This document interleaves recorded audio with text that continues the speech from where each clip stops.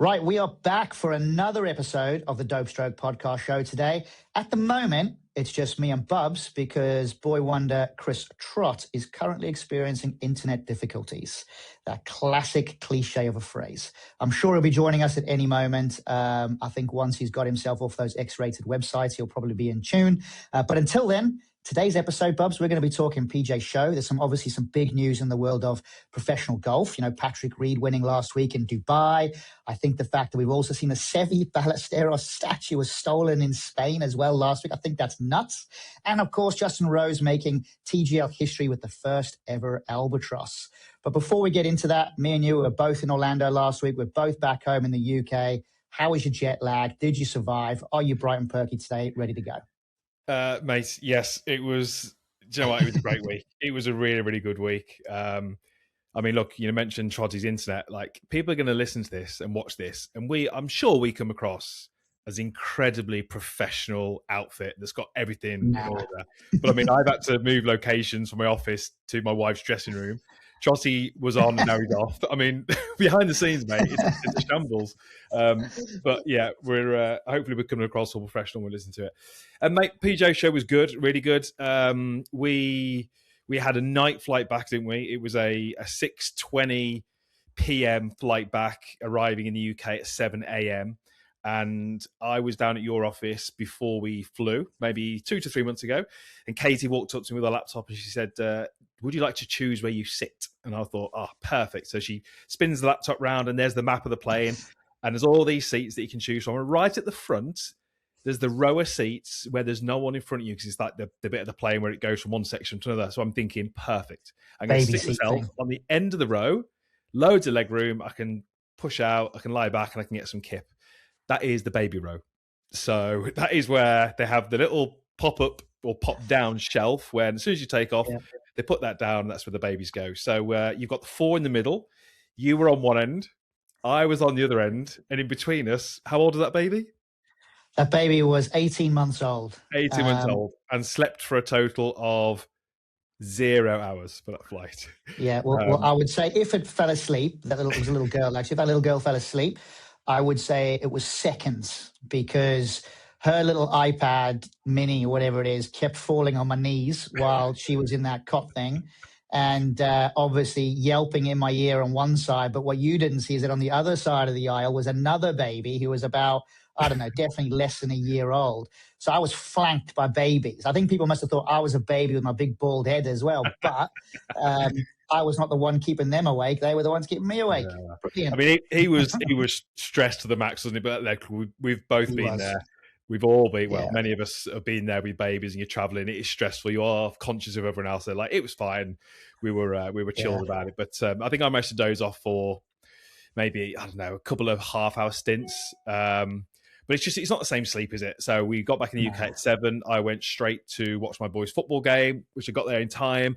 Got back home after that at about 2 or 3 o'clock, and then I was falling asleep on the sofa. But obviously, with 7-year-old twins, I wasn't able to sleep for more than about 2 minutes. So I went to bed pretty early Saturday night, and I'm still pretty tired now. But it's all worth it, mate.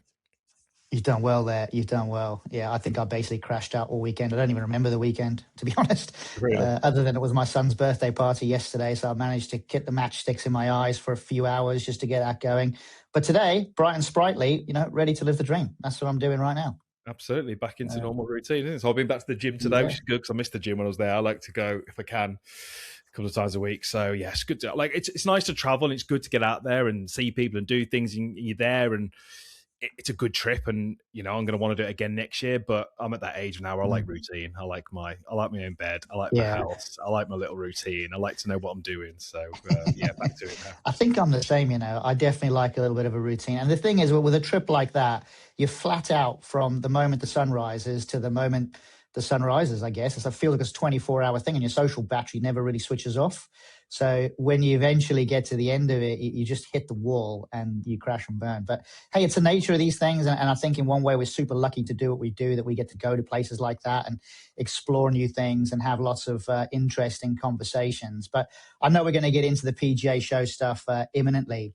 But I did want to start out with, first and foremost, talking about Patrick Reed before we get into the flow of things.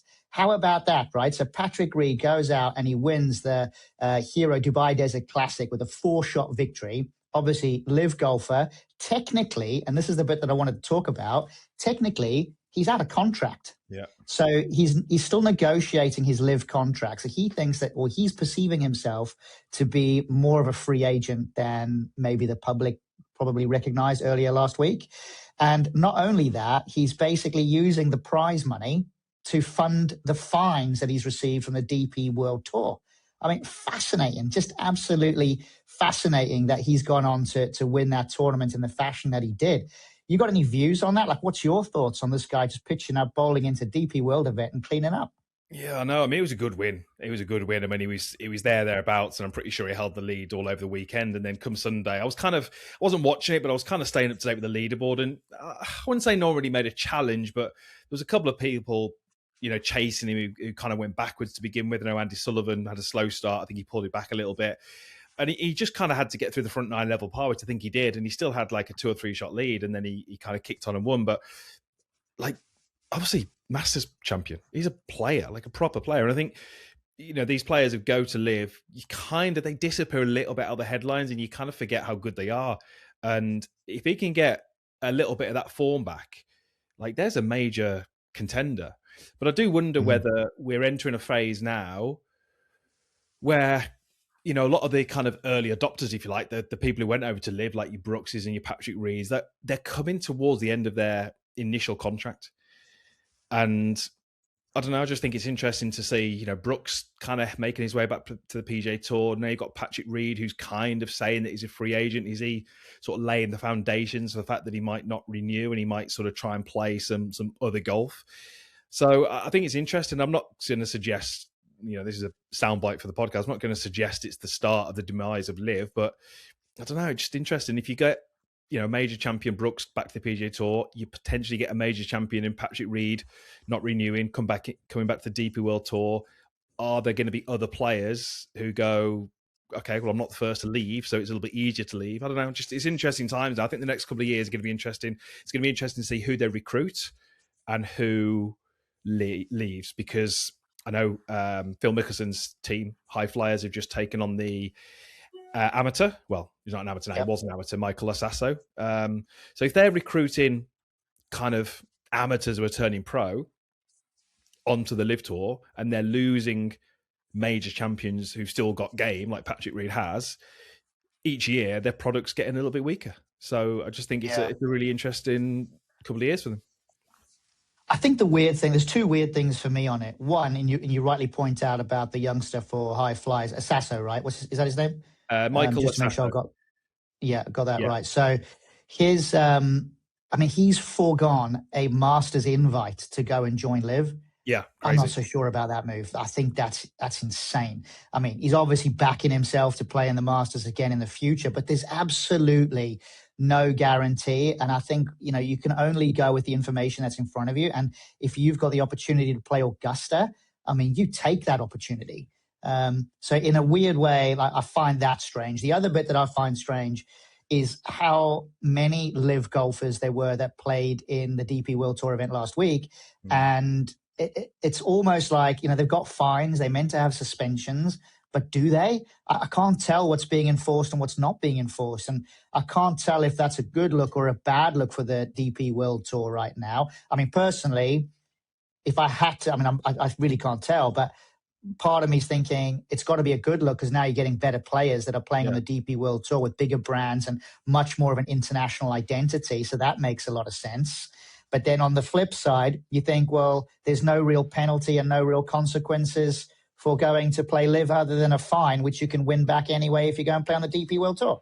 Yeah. So it's a funny look. And actually, before we continue, we've got Trotty back. It sounds like he's currently building his kitchen in the background, but he is there. Have we got you? I think so. Yeah, we got you. Interesting times this morning. We're having me on this computer camera. How are you, chaps? We won't go back over everything I've missed. I understand what you're talking about. Patrick Reed for the win. How about that one?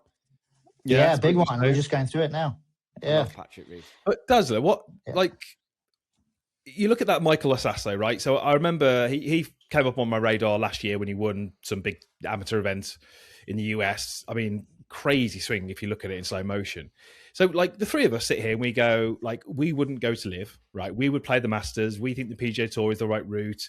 And most people I speak to have that same opinion. Now we're all kind of like, obviously nowhere near the inside of this thing. We're only seeing it from the kind of spectator side of thing.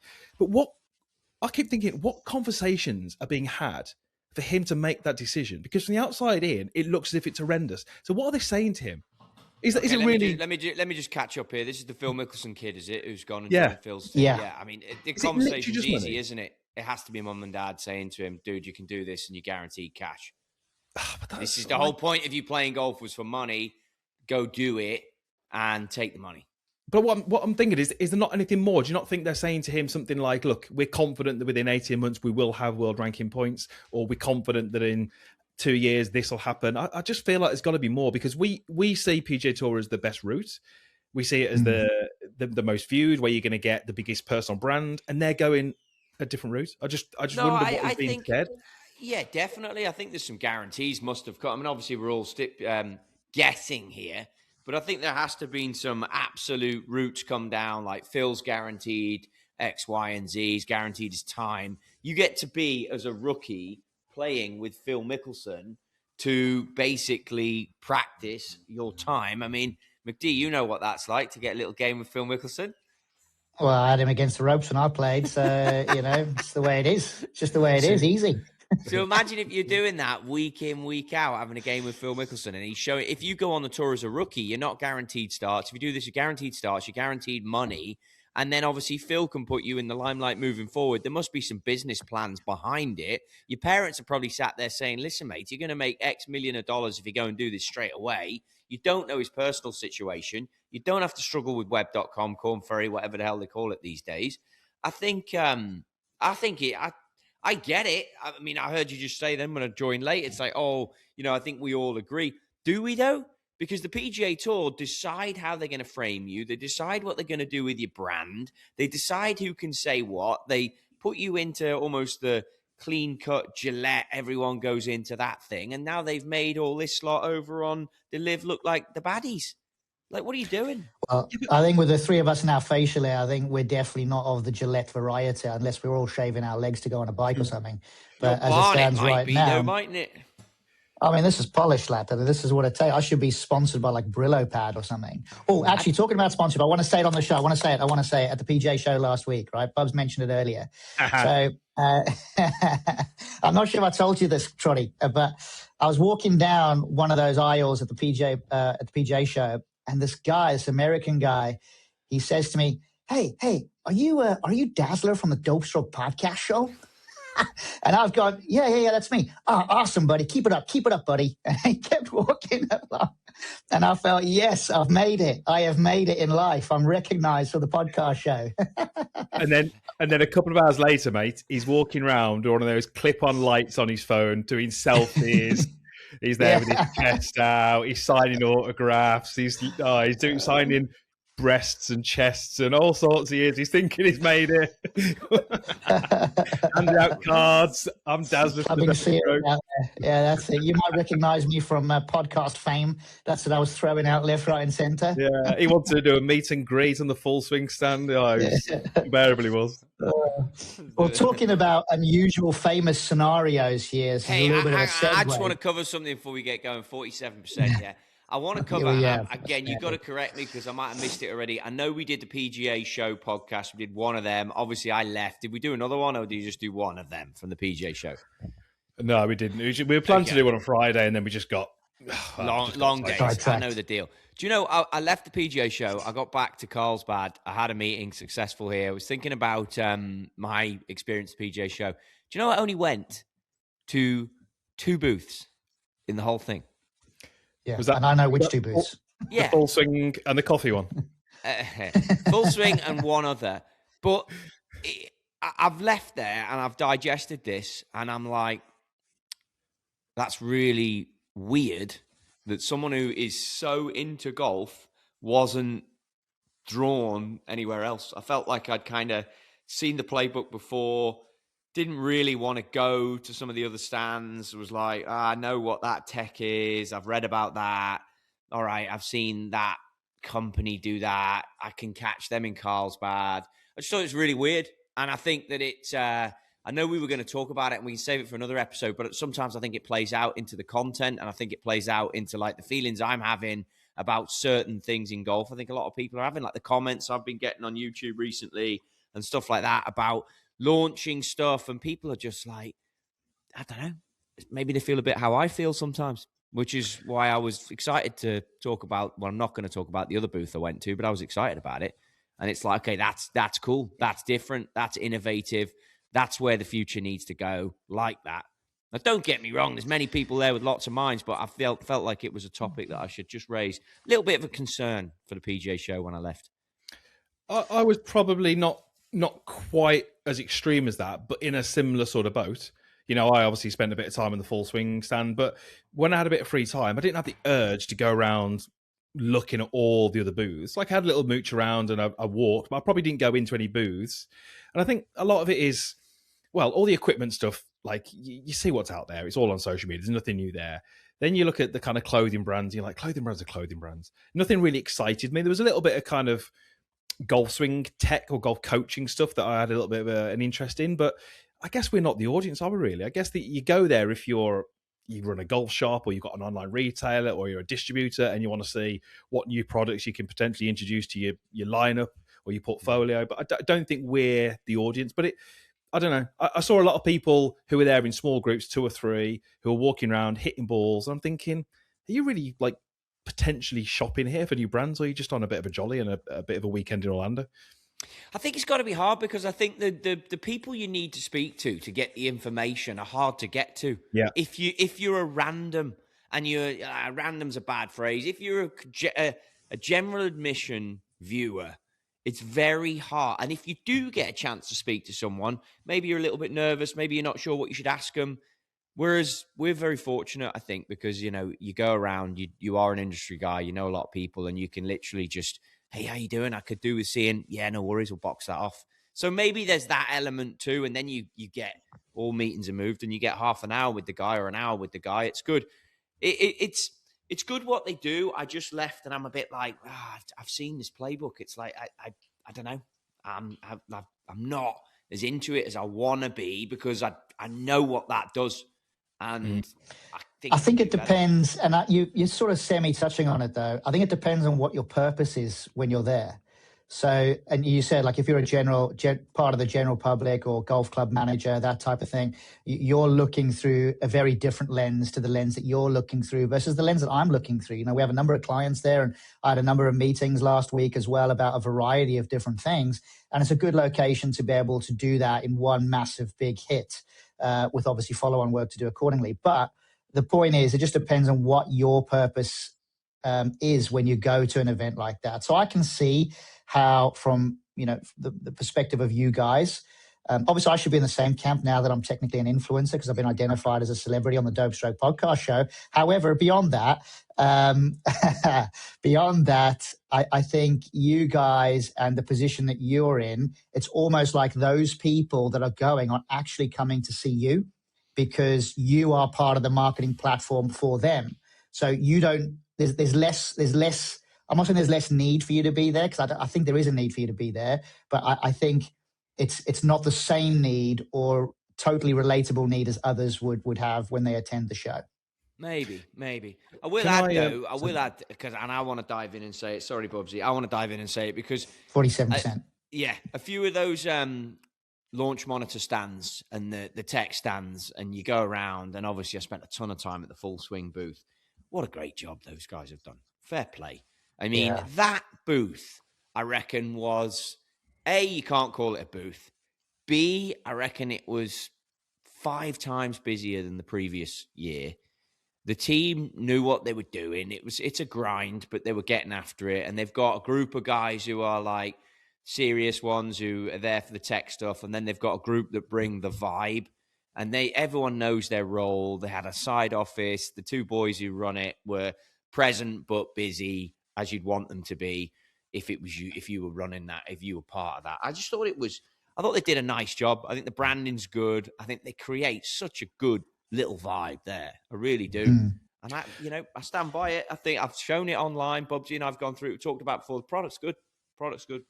Yeah, well, I mean, we didn't go to demo day, but they had multiple launch monitors at the Full Swing Bay, just to showcase how good it was. But you're right, because I guess the term that we all use is the booth. You go to the Full Swing booth or whatever it may be, but it doesn't really do them justice, because you walk in these places and it's like a standalone retail place. It looks like it's been there for 5 years. It looks like a bricks and mortar place. They're super impressive.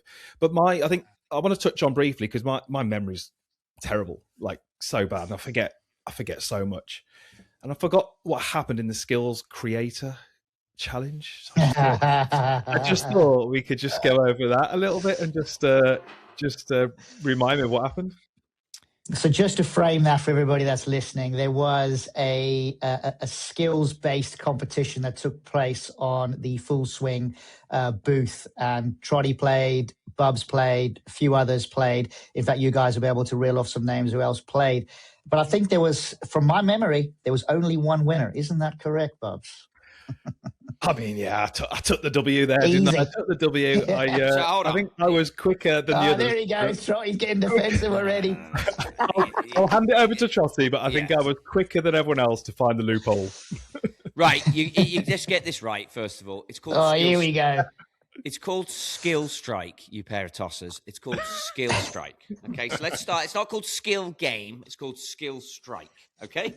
And what happens on Skill Strike, because it's a fantastic product. I actually saw it in its beta version, prototype version. Met the couple of fellows who run it. They were there again. Didn't speak to them as much as I would have liked, to be honest. So what happens is you hit out into like an arena. Amazing product. Arena being simulator that's lined with, like, you could easily buildings, advertising boards, and it's hitting out into like Vegas in the night sky. And you hit, and it gives you, it doesn't know who you are, it face recognizes you, or it takes, as we did there, we logged on again and created new accounts. There were like 6 of us, and you roll in, create your account. Then, and remember this now, if anyone, like Bubsy's saying he can't remember it for the banter, but if anyone has a chance to do this Skill Strike, this next piece is important. So you hit 5 shots to 5 varying targets, okay? And it will give you everything based on your speed, how you deliver it, and it might throw you up 80 yards. Then it will give you another random target of 95. Then it will go random target 140, random target 200, random target 175. Those 5 shots you hit, and you might, chances are when you ever go at this, you're going to be in a bar or you're going to be in like a simulator experience place. You might not have your golf clubs. It's not an excuse. I'm going to use it in the next 10 minutes as an excuse. It's not an excuse. Don't panic if you don't have your golf clubs. Serious for a minute. Don't panic if you don't have your golf clubs. So it's got your face recognition. But again, those 5 shots are imperative, because we know that most of the United States likes to sandbag. We know that Darryl loves to sandbag when he plays golf.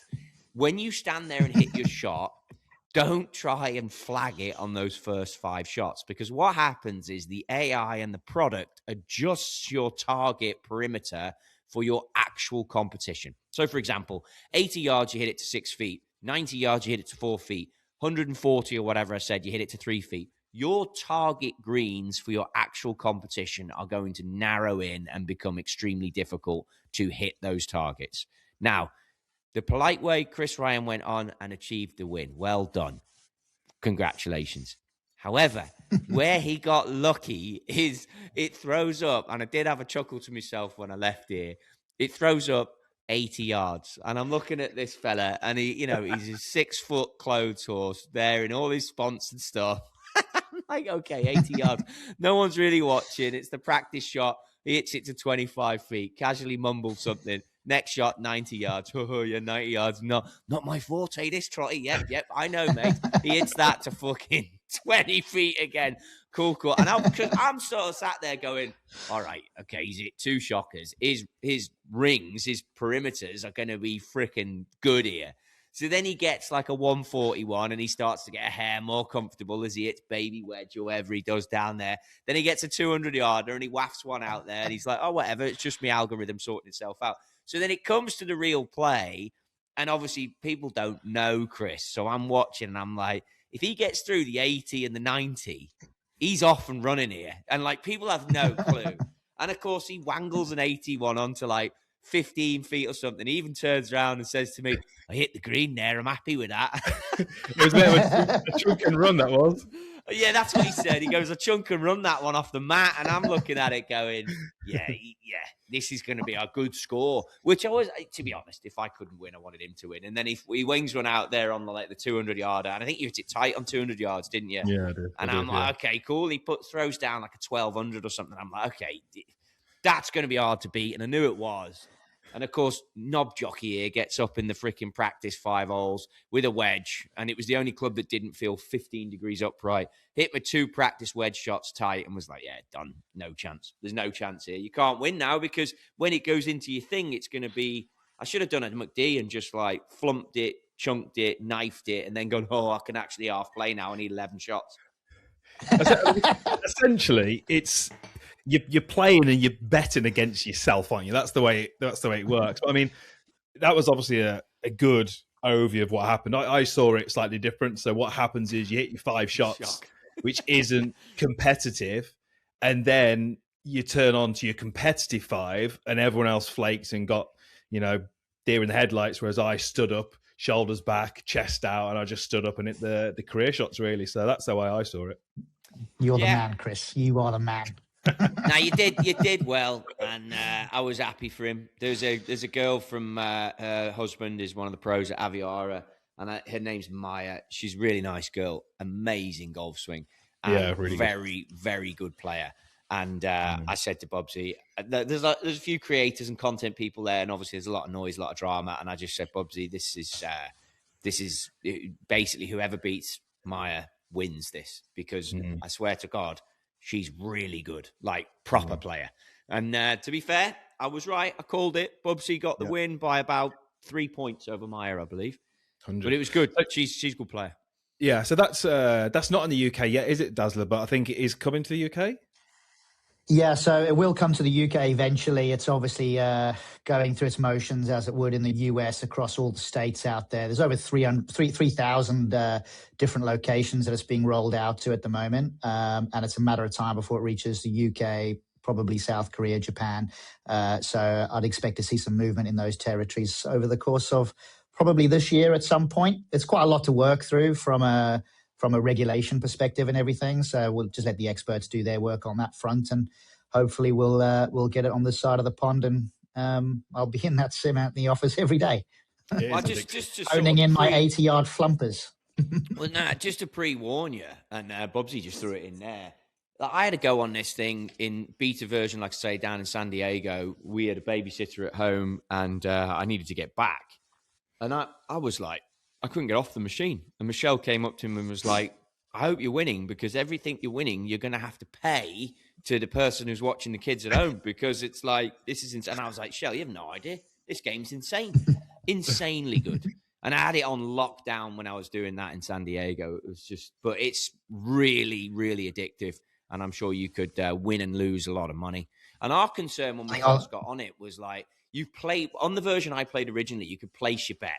So it says like, $3 bet, $4 bet. And there was some fairly like guys who wanted to bet a lot of money. Like, I want to put it to like $100 a bet, $200 a bet. But it doesn't allow you to bet big, or it didn't then, until you've hit more shots and it learns more about you. And then you can start to raise the stakes. It's really, really good. Really good game. Yeah, there's still some limitations in place, but I think the caveat across all of it is, although it's a self-skilled betting experience, you're not betting on the outcome that's beyond your control, still got to gamble responsibly. There you go. Caveat. Anyway, I want to stay on the PGA show and pivot a little bit. There's 2 things that I thought were quite interesting about the show.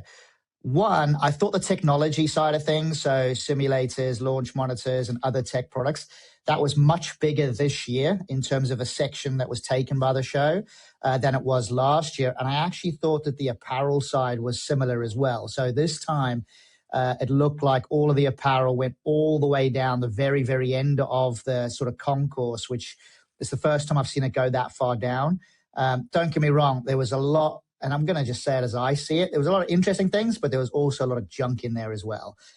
How some of those companies make money, I'm not sure. And maybe they were using the PGA show as an opportunity to make money, which is totally understandable.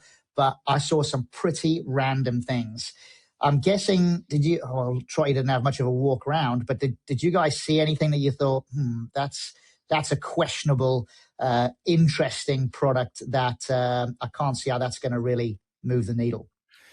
I'm not gonna name names because I spoke to a few different people and I don't want to drop them in it. But you know what it's like. You're walking around the show and people do recognize you and realize you got a bit of a platform and they're keen to show you their products and what they're working on. And I spoke to a couple of people, and the thing that I saw was almost products that have been kind of over-engineered, like taken too far, and they're trying to sort of bridge the gap between their products and another product. And I'm just looking at it going, like, you don't need to do that. Like that, there's no demand for that. It's really hard to explain without putting people's names in. Hang on, Troy's got some audio issues here. Yeah, but there's so much tech in golf now, AI, and there's certain products. And I was looking at these products and thinking, just make that product really good. But they're trying to integrate AI into it, or they're trying to integrate some sort of software that I guess on paper makes it sound a bit unique and a bit different. But I'm just thinking there's just not a demand for it. And I saw quite a few products where I just think you're trying to go after an area of the market that I don't think exists. And I guess when you have got, maybe you're a company, got a bit of money behind you, maybe got some investors, it's easy to sort of go, what can we do? But just because you can do it, it doesn't mean you should do it.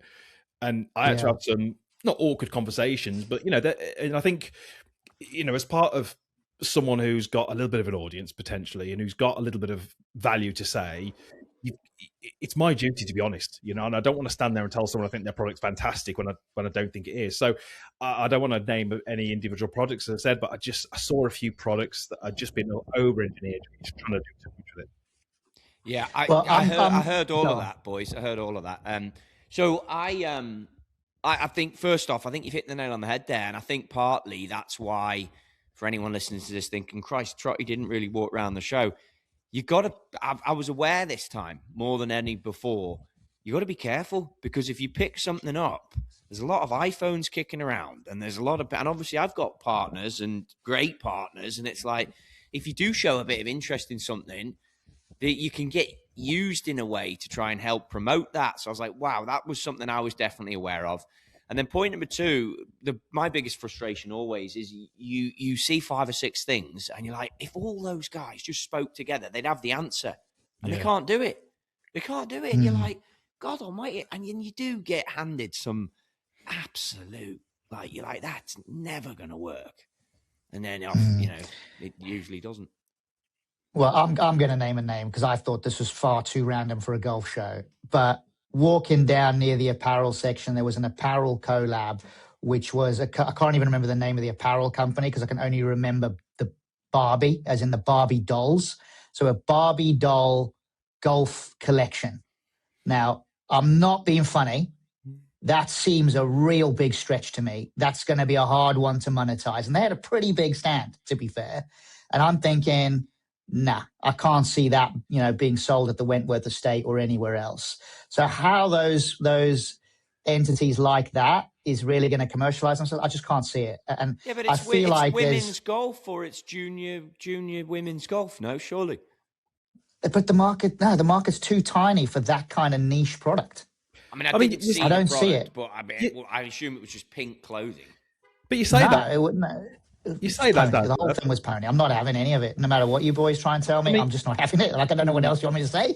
A Barbie doll collection for golf now. Jeez, I didn't see any Kens there, just Barbie. But when I walked down, you were coming out of the change room head to toe, so you'd obviously had a good look, and you were. We've got to try it all on, haven't you? And that was the Barbie size as well. But you know what? Talking of apparel, it surprised me how many booths or stands were there from apparel brands, and the stuff was really good quality. They'd obviously spent a lot of money on the booth. They had loads in the range, and I'd never heard of them. There were so many of those. And you think you're obviously a pretty well-established brand. I don't know where they're selling these products, but it's blew me away how many I've not heard of. That's the same thing, though, isn't it, across all of it? And I think that's what you got to be really careful of. So there are like equipment brands that come in, or launch monitor brands that come in. And what happens for me is you've got to follow like the engineers. So for apparel, I assume you'd have to follow the designers. So you have your powerhouses, like Adidas Powerhouse, and you know what you're going to get. It's quality, right? And it's trusted by many. Then you have these niche other ones. And let's be honest, like Malbon has made a bit of a name for himself through his own personal charisma. No problem. But then I was chatting to someone from a launch monitor company, and I realized I've watched this guy online, but it was with his former employer that I'd watched him. And then you start to piece it together. You start to think, well, how old's this guy? And then you're like, he's probably been doing this for 10, 15 years. And then you start to think, well, hang on, their stuff that he's now working for has got better in the last 3 years. It's this guy. It's not the product. And then you're like, okay, question. And I think that all that happens with all these brands is like Travis Matthew and Bowen. Like those guys are the former Travis Matthew guys, and now they're doing Bowen. So this Bowen brand, which wasn't at the show this year, but it will be, I think, going forward, I would imagine, if they put that as a marketplace. If you liked Travis Matthew before, you are probably going to like Bowen. That's what it would look like to me. And it looks, from what I've seen, a cool little brand, little for now. Remember how big Travis Matthew got. And that's how it starts. And I think industry-wise, mate, look at us three. We're three guys who met years ago, and here we are still doing our thing, probably now more as a group than ever before. And, you know, we'll continue. And I think that it's people, right? I think people make brands, and you got to connect with the good people. And if you can not be so short-sighted that the tech can evolve and work with others, like someone thrust another product into me that I've seen before. It was at the perimeter of the place, gives me this product. It's a year on from where it was last year. I looked at it. I'm like, tries to show me a demo. Demo doesn't work. I went straight to a fella who I trust. Have you seen this product? Yes. What do you think? Not sure. Maybe still not there yet. Cool. I don't need to continue then because I trust that guy. And it's like, it's I don't know. It seems like it takes 4 or 5 years for these things to get going. And if you look at everything that we're working on, we're experiencing it. It takes time. Like as our brands and opportunities evolve, they take time. What? And I'm a big believer that everything starts at zero. And then some arsehole writes MIA. No, mate, not MIA. Someone wrote MIA on me. It's pissed me off like you wouldn't believe on my comments. Geezer must be loving it that I post it everywhere I put it now. I'm not MIA, son. I'm just simply working on something. Give me a minute and you will see. You know what I mean? MIA, my ass. Troy's on one today. Well, I do think, you know, a lot of those companies, there's a lot of startup companies or certainly companies that have been going for less than 3 years, but everyone starts at zero. I think that's the lesson you got to learn. I want to say, I think it's LG, known as an electronics company now, but I think the very first iteration of LG was a supermarket. So, you know, things evolve, things change over the years. And I think it's important that, well, I actually think the most important thing is to take action. And I think it's good that some of these companies take action. I think you also need to know before you take that action that you've possibly got a market for it. That Barbie thing, I don't know, kind of like, I can't see it. But I'm probably not going to buy a Barbie. It has done me, because I'm never going to do that.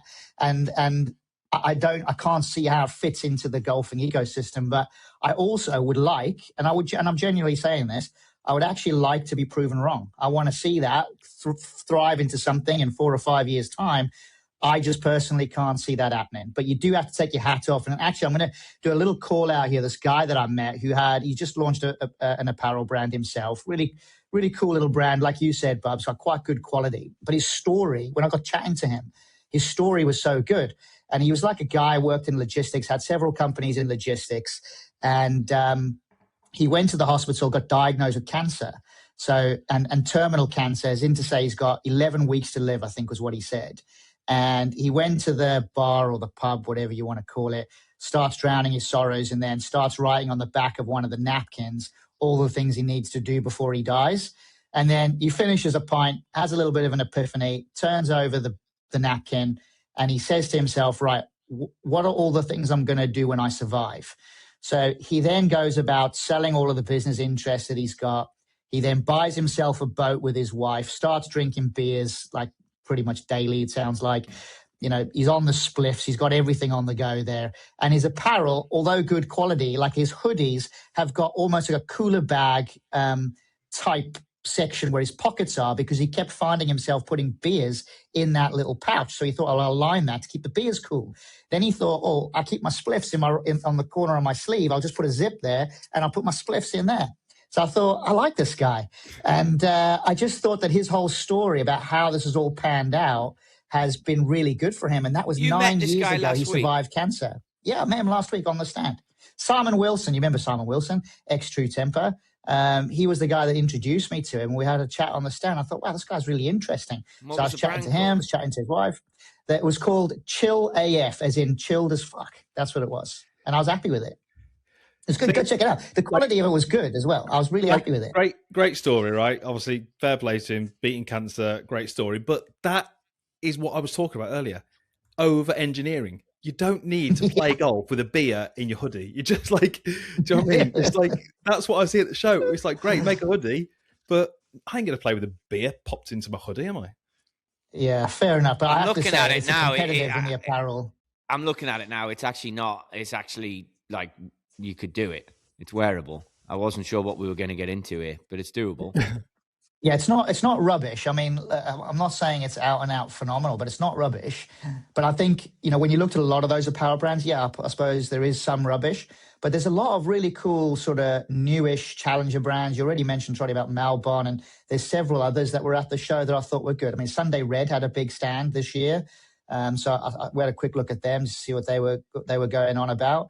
So there's definitely, I feel like there's almost a bit of a movement in the apparel space where some guys are staying very true and loyal to the more long-standing apparel brands, but then there's also a little undercurrent of sort of these challenger type brands that people are warming to, whatever that story might be. So, and you could tell that by the show, that just the amount that there were, the volume of them, in the same way that a lot of the electronic stuff was really on the growth too. So yeah, I thought it was very insightful in that sense, from my perspective. Right, but let's get on Patrick Reed. I mean, how good's that? I want to get on. Well, we've gone through Patrick. I actually want to talk about something else, to be honest. So I'm going to railroad you. No, I'm railroading Patrick Reed. No, he's a freaking. No, I bet you probably didn't. You didn't do him justice. Pipe 47 down. We did do it justice. You need to pipe down. We're moving on to Sevi. Did you talk about what I was just going to say then? And I don't want to say great. I don't want to say great minds think alike because it can't be. I was just going to say, did you see the Sevi comment about him? Well, yes, I did see the Sevi comment about him, but did you see what happened related to the Sevi statue in Spain? No, you didn't. That's why I'm railroading you. So I'm going to read this off here now for you. In a bizarre and saddening off-course story, a life-size statue of golf legend Seve Ballesteros was stolen from his hometown in northern Spain. Local police have launched an investigation and appealed for public help to recover the bronze tribute to one of golf's most beloved figures. So beloved, in fact, that obviously they stole the statue. So yeah, go back to your point about Seve and Patrick Reed now then, big boy. So what are you trying to say? That Patrick Reed went from Dubai to Spain to steal the statue? Why does everyone get on Patrick Reed? Why does everyone get on him? I like Patrick Reed. I like him. He's freaking so good. Like what? I'm talking about Patrick Reed being a grinder and getting compared to Seve, and you're like, yeah, he is a grinder. Well, I think that's very nice, but I think Seve Ballesteros having his trophy stolen, I think that's quite a big deal, don't you? In his hometown of Spain? There's absolutely no way that was a golf fan doing that. No way. If you're a golf fan, if you're into golf, if you know who that is, you are not doing that. That's got to be someone who's had a few jars, doesn't know anything about golf, seen a statue, robbed it. There's no way anyone who knows anything about golf is doing that. So where were you last week? Just to check you did leave the show early. Why would you steal the Seve statue anyway? Exactly. Like, what are you going to do with it? It's got to be vandalism, isn't it? What else can it be? It's like somebody stealing a stop sign. I mean, we all know people that have had a crack at that. But you're in serious trouble. You're in serious trouble now. You've taken the Seve Ballesteros statue. Like there has to be an issue. It's got to be. They've got to catch him first. Yeah, they're going to have to catch him. Yeah. Let's find out. That's got to be pretty heavy as well. It's life size. Yeah. Got to be more than one person carrying that. So we're looking for a few people who've stolen this thing. Like maybe keep your eyes out, general Reed public. And his caddy now. Is that who you're blaming? Maybe. I mean, I'm blaming you. You left the show slightly early. I'm just wondering, did you manage to get to Spain and then back to Carlsbad in time? So I've gone to join Patrick Reed. So Patrick Reed and myself and the caddy have all got time machines. Is that what you're saying? And we can just get ourselves. That's exactly right. How did you know? How did you know? Well, we'll put up a reward. So if anybody knows where the statue is, or maybe it was you who stole it, then we'll do a reward. You can get a club fitting with Trotty if you come forward. That's worth a lot of money. I don't know if I want to do that. And you got to do it for all of the people that's involved. So if there's 5 thieves of this, then you've got to do 5 fittings. I'm not doing it. Either that, or you can have your photo with influencer Daryl. Yeah, that's right. Yeah, now that's worth a lot of dough. Did you boys see Paddy the Baddy at the weekend? Yeah, Paddy the Baddy, poor bloke lost, didn't he? Did you watch it? I didn't. I didn't get to see it. No, did you watch it? Yeah, I watched. I saw he said something pretty profound afterwards, didn't he? I like that. Yeah, he said 3 things at the end which were good. One was about like men talking out. Another one was his friend who he lost, I think, or he lost his mother. His friend lost his mother, and then obviously Diego Jota and his brother at tribute. I mean, these guys you get the limelight. I think win or lose, you have to say your thing, but I mean, his quality for that sport is brutal, that sport. I mean, people get panicky about hitting certain golf shots and stuff like that. I mean, that's nothing compared to what those boys do. Yeah, not for me, I'm afraid. Although, good for Tom the Bomb. Remember Tom the Bomb? He loves a little bit of a dust-up, doesn't he, in the ring? But not for me. Well, it's good for him to have a bet on, did he, Tom the Bomb? I don't know. I wouldn't surprise me if Tom... I bet you Tom would have watched it. Yeah, that's his kind of vibe, isn't it? It's quality. Yeah. Right, it's a hometown kid for you, isn't it, Troy? Yeah. What are we thinking about Scheffler? I mean, are we thinking this is good for the game to see him just win everything going? He's the second fastest to 20 PGA Tour wins after Tiger. Have you covered the thing that I'm getting hammered about, which I'm nothing to do with, by the way, and I'm getting hammered about it? Did you see that he won in an old driver? It's like, man, oh man, yeah, he went nailed for that. It's like, listen, if I had the bat and the ball, maybe we'd have a different outcome, but I ain't got the bat and the ball anymore, folks. We've got to calm down on that. You know what I mean? It's just brutal. Did you say? I saw someone. So he obviously won by. I think he won by 3, didn't he? And I think didn't he make a quad on 17 and still won by that many? Didn't he have a double or something on 17? He had a bad hole. He hit it in the water and then still won by that many. I mean, he's quality. I think it was Dan Rappaport who put a post out, and it was like, I don't know how many birdies he had. He had like 7 birdies on Sunday, and Dan was like, here are the putts he made for the birdies. And it was like 8 inches, 2 feet, 4 feet, 5 feet, 14 inches, 6 feet. I mean, like, he's just hitting it stiff with every club. I mean, you don't even have to be a good putter when you're hitting it that good. You know, I think, like, he's you know how that feels, don't you, Bobsy? I mean, I'm missing those. Let's just have a little pivot and talk about. Have we covered our? We covered it last week, I assume, our scramble round. But I just want to say, just to go over that, I had a day living playing golf like Chris Ryan. It was horrendous. Like, you blast the thing. If we took his drive, which, to be fair, we probably took more than 50% or 55, 60% of his drives, right? So he hits one and he can crank it. So you're down there at 320, no worries. But these pair were picking, like, really hard wedge shots. And Daryl, being Daryl, would step up in his Barbie suit and just fat it or flump it. It was like, all right, fair dude. Fatted stiff. Mate, we use my next shot all the time. Mate, we didn't take a lot of your wedge shots. We use my approach shots a lot. Look, Trotty, we didn't use a lot of your wedge shots, Daryl. If you'd have come we did. Out of the full swing booth, if you'd have come out of the full swing booth, taken a left, taken another left, and walked for about 100 yards, you'd have come to the restrooms, and on the right was Scott Fawcett with Decade. He'd have said, take the drives that are closest to the green. That's what we did. I went with it, right? But we'd have like these wedge shots up a tier to a back pin on super quick greens. And I was like, and the lie wasn't great. And Bubsy would dive in there first because he obviously wants to get it out of the way. And then he'd like nobble it out of the way, nobble it on the fringe and go, oh, I'm happy with that. I'd be like, what? So then I'm like, all right, fair enough. Just like, Jesus Christ. It just was like, and then it was almost like you'd have got that vision of him being happy with that. And I was like, oh, Christ alive. So I just found it very interesting. So we had a lot of putts that we didn't make. Our boy Rhett was the only one who made one. And I said to Bubsy after like 17 holes, I feel like I've played golf like you today. I don't think I've walked more than one pace to pick the ball out the hole. Like, what's happening? Like, I'll tap in, lads. I'll finish, lads. Well, Dazzler, like 18th hole, right?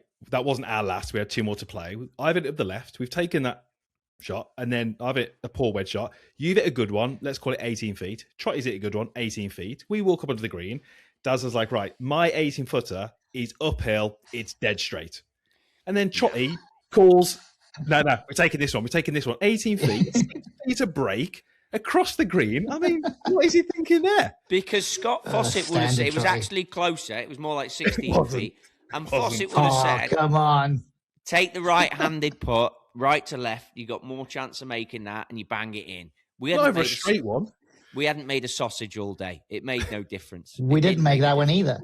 I know we didn't, but we didn't make anything. We didn't make a thing. We're rubbish.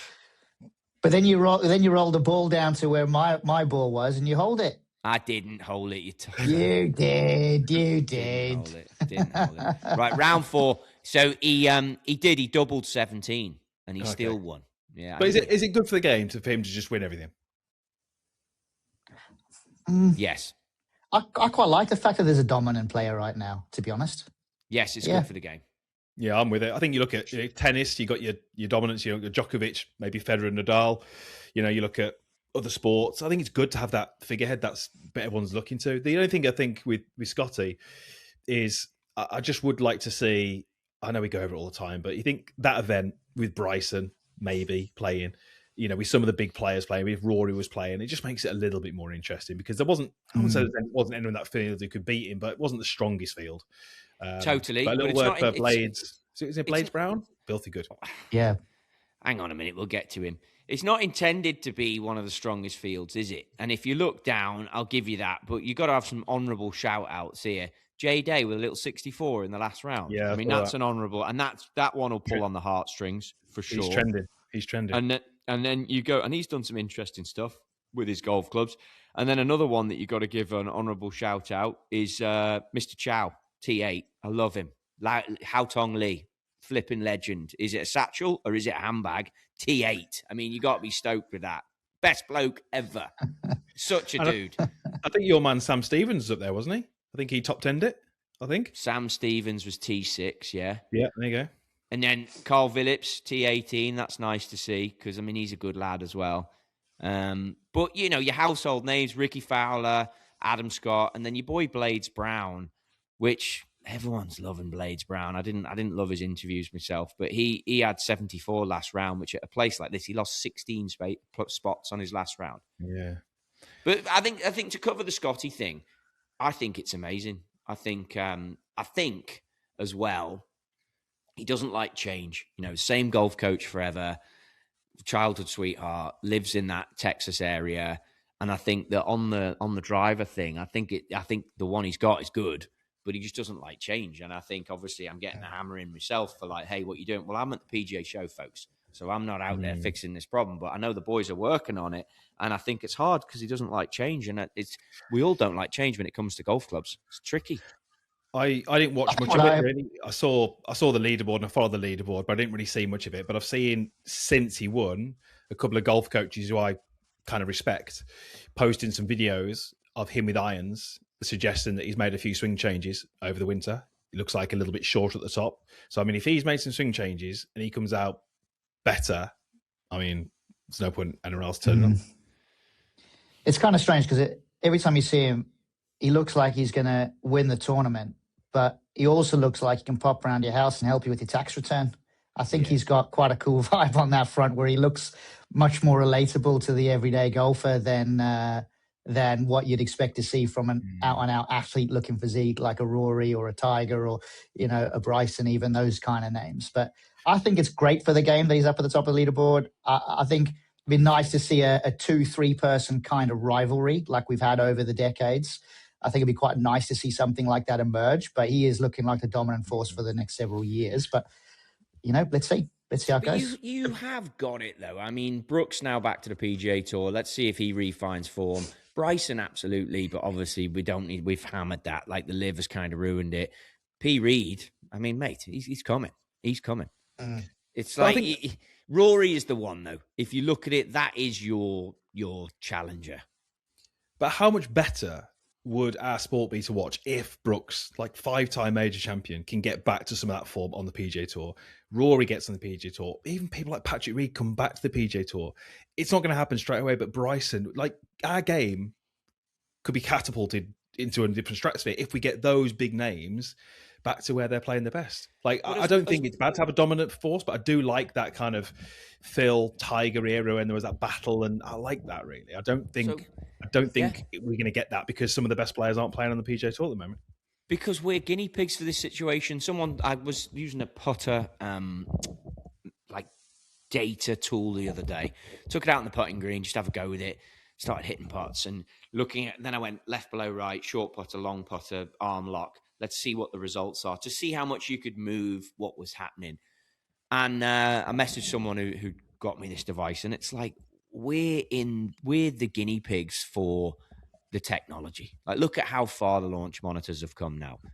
Now you've got simulators coming into the space. Now you've got Skill Strike, which is the game we were talking about earlier.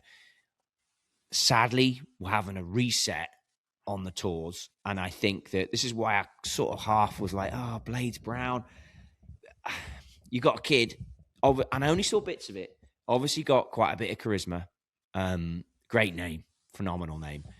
And here he is wearing the standard OEM hat in the golf clothes, and you've got your media guys, because golf is so caught with the older fella that watches the PGA Tour religiously, and now the younger group, guys and girls, that are coming in their Barbie clothes and they're freaking ripping and having fun, and they're top golfing it, and they're, drive, chip, putt kids, and they're coming through and they've been AJGA maybe, and they're just loving the game, or they're sticking their spliffs and their drinks in their clothes. It's a new generation.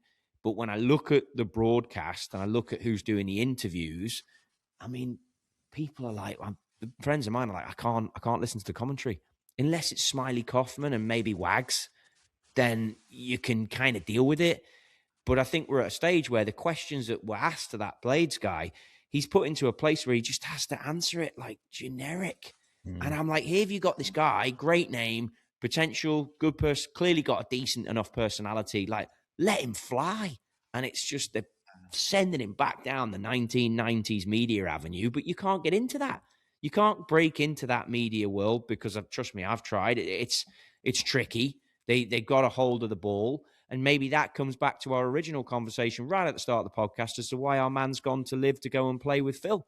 Because it's like, I don't want to be branded that way. I want to go and play with Phil, and I want to learn that. And I'm in it for those reasons. And then Scottie is very cautious, doesn't give a lot away. So, you know, that's his superpower. And I think all these guys are like, I've got to be like that. But from my point of view, you get on camera like I was able to with someone like a Luke Clanton. I mean, set him free. Haotong Lee, set him free. Because those boys, personality-wise, Haotong is a diamond. Absolute diamond of a bloke. One of the best blokes you could hang out with, period. Just such good fun. And it's like, he needs his own show. Never mind being on the PGA Tour. It's true, though. It's true, McGee. You've met Haotong. It's true. He's the best. Yeah, he is the best. He's awesome. No question.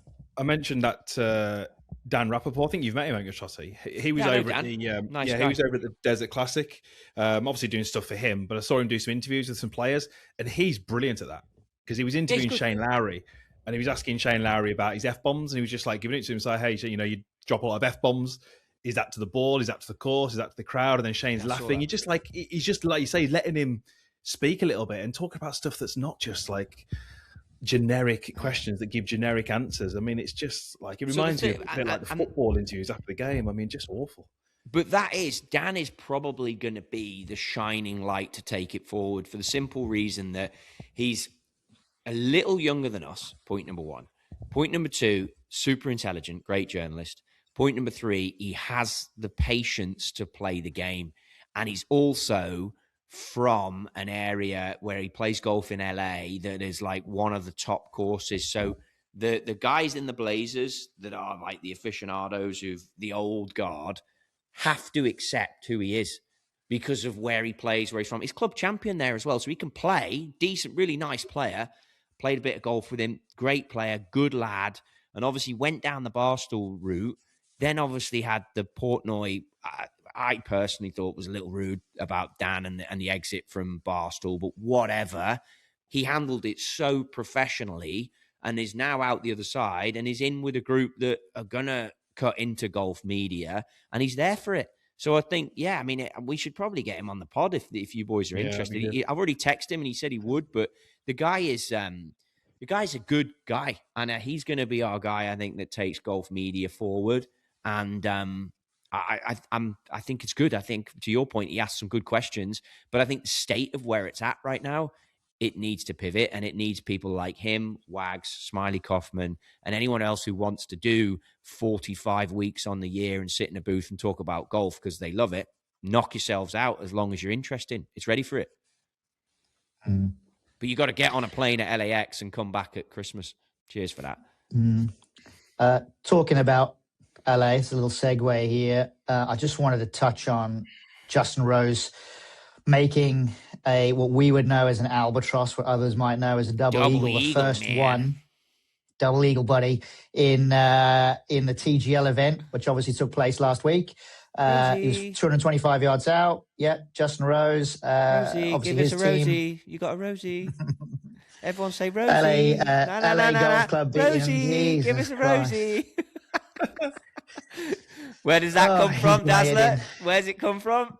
You just do my head in. From you're talking about at 8-bat? No, I'm talking about Paul Mack. So we have a buddy that we used to work with at TaylorMade. Oh, right, yeah. He went on to become part of like Rose's management group. Such a good lad. And he'd always walk around, wouldn't he, and go, "You see Rosie? What's going on, Rosie? Rosie?" Such a legend. We almost witnessed that live, didn't we? Because I know Lloyd, who's sometimes in the back end of this podcast, but he's not here today. He was grinding for 2 weeks before we went out to Orlando to get some tickets to TGL. I think he managed to secure 4 tickets for the whatever it was, Tuesday. And then he also managed to source a car so we could get there and back. But I think it's like 2.5 hours. And then I think there was like a full swing team dinner that night, and he had to pass. So we could have gone to that and we were going to go, but we didn't. And actually Tiger was there as well. So I know Lloyd was pretty miffed that he got to miss Tiger and got to miss Rosie's double eagle. So that's the game out there at some point. Let yourselves down. Just to stay on the Lloyd topic for now. So Lloyd, for those who are listening to this show and maybe don't know Lloyd that well, Lloyd is the ultimate golf pervert. I mean, this guy loves golf more than life itself. Like, that's how much he loves golf. And he was so excited and so pumped to go to the PGA show. Like, you know, he had this whole color-coded map and chart, and he knew where all the booths were. I mean, he was so into it. Anyway, coming down on the Thursday, we're walking past the USGA booth, and in their booth, it's probably a replica, but they had the women's US Open trophy and the men's US Open trophy in their sort of booth. So I then say to him, I said, "Oh, mate, look, there's the US Open trophies over there. Do you want to have a little snap next? I'll take a picture for you." And he's got, "No, it's okay. I'm becoming quite desensitized to all this." Hey, said, really? I was like, "Righto, okay, mate." Oh, he cracks me up. I tell you, what a boy. This is the guy who's desensitized to it, but after landing back on Saturday at 7 a.m, he had a Facebook reel up on 12 o'clock Saturday about his trip. Saw that. He's got that together in about 3 hours with no sleep. We're going to have to start getting, like, as we start going on with this, we'll have to start getting shout-outs for Lloyd from people that we get on the channel. That's what we should do. That's forward. Right. Lloyd, wishing you all the best with your golf game. Yeah. We'll have to start doing that. We'll make a pact. All right, boys.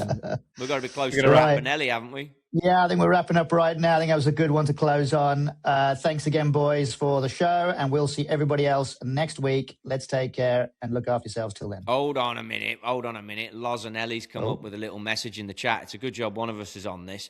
In the outro, you please mention to keep an eye out on your socials to submit questions for next week's show? That's what Lauren would like us to do. Certainly, Lauren, we will do that. You're very polite, Lauren. We shall do that for you. No problem. So everyone listening, please do what Loza has asked. And please, can you get on our socials to submit questions for next week's show? Thank you, Lauren. You sounded like Rob Brydon then. That's my official voice. That's the one that I would put over in like the Tesco grocery store if you've gone shopping and we're calling for Lauren on aisle 12. Okay, right. You're on socials then.